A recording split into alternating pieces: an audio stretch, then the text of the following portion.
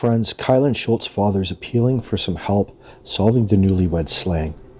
Before we begin, I'd like to just mention that these two were camping just minutes away from Brian Laundrie. 3 minutes. And this is as per Cindy Sue Hunter, who is the woman who discovered the bodies of Kylen and Crystal Turner. Now, they were found when we're talking up in Moab, off the South Mesa. It's accessible off LaSalle Mountain Loop Road, north of the turnoff for Uwa Lake. We'll have a look at that in a second. Now let me read this to you. The father of Utah woman who was gunned down at a mountaintop campsite in mid-August is appealing to the public to help crack the case. We need to get the word out because people that were in the Moab area on August 12th, August 13th, and August 14th, they have left Moab and they're all around the world now, Sean Paul Schulte told Foxnews Digital Sunday night. Schulte is on the ground looking for clues in the Crossroads City, a major stopping point for van lifers, RV travelers, bikers, park goers, and other road trippers passing through the American West.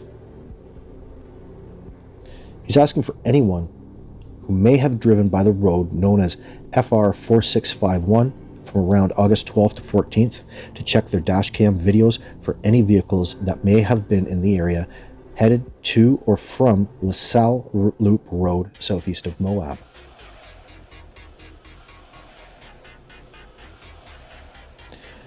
Schulte's daughter, 24-year-old Kylen Schulte, and her 38-year-old wife, Crystal Turner, were last seen alive at Woody's Tavern on Main Street in Moab before they returned to their campsite on Friday, August 13th. That night, friends said they received text messages from the couple raising concerns of a creeper camping next to them. At one point, the couple wrote that the strange man returned to the campsite, parked closer to them than he had been, and appeared to be carrying more clothes and food, the elder Schultz said. So at one point, the couple wrote that the strange man returned to the campsite, parked closer to them than he had been, and appeared to be carrying more clothes and food, the elder Schultz said. Perhaps another person was with him?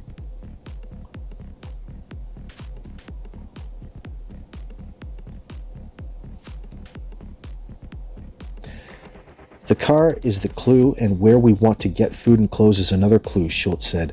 But here's the third clue. He was so close to the girls that they actually saw what he brought back. Unfortunately, the couple did not describe the car in any detail. After telling friends about the man's return, the couple went silent. They both missed work a few days later, uncharacteristically, prompting greater concern.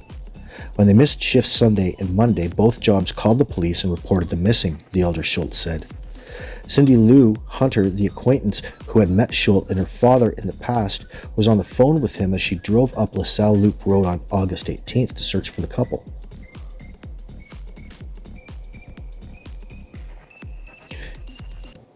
Out of the corner of her eye, removed from the road, she saw a glinting reflection of Schulte's silver Kia parked in the campsite off of FR 4651 in the South Mesa area of LaSalle Loop Road, she said. When she got closer, she stumbled upon the mangled remains of Kylen Schulte, who had been shot to death and was partially disrobed. She said she went into shock and barely remembered what happened next, other than listening to Schulte's father, who told her to get in her own car and get away in case the killer is still around. Me and my girlfriend, we were both standing next to each other when Cindy told us she found the car and then she found a body. And she said, yes, it was Kylen's body. And I said, Cindy Sue, get the hell out of there, run, hang up with me and call 911. Hunter called authorities, who also discovered Turner's remains nearby. Her body was in a similar condition. The brutality of the slaying shocked the tight-knit community, which was only about 5,000 full-time residents, but the case remains unsolved 7 weeks later. Schulte said his clue booth turned up dozens of leads, which he shared with the Grand County Sheriff's Office. Investigators had already received many of them, he added, but a handful held new information. Many of the tips pointed to the immediate area, not drifters or other people who may have been passing through.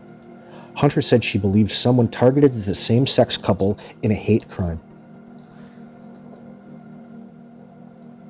Schulte also said he'd received no information tying the slayings to Florida fugitive Brian Laundrie, who had been spotted in the Moab allegedly slapping and hitting his now-deceased fiancée, Gabby Petito, around the same time.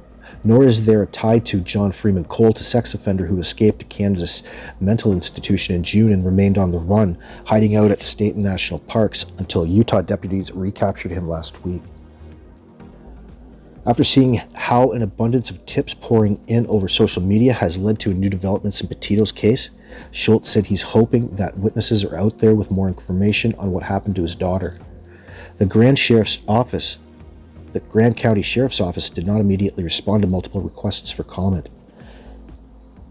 In a statement last week, Sheriff Stephen White asked anyone who may have been in the South Mesa area between August 13th and 15th to reach out to the investigators at 435-259-8115.